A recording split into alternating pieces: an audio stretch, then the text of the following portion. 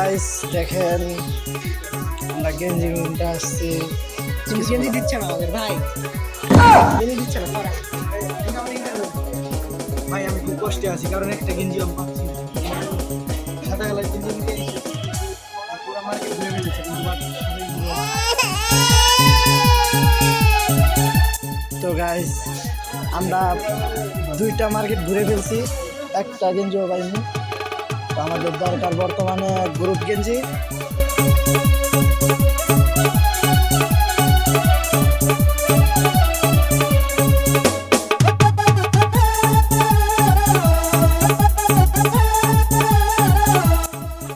So hello guys, অনেকক্ষণ খোঁজাখুঁজির পর কিন্তু আমাদের গ্রুপের গেঞ্জিগুলো আমরা পেয়ে গেছি।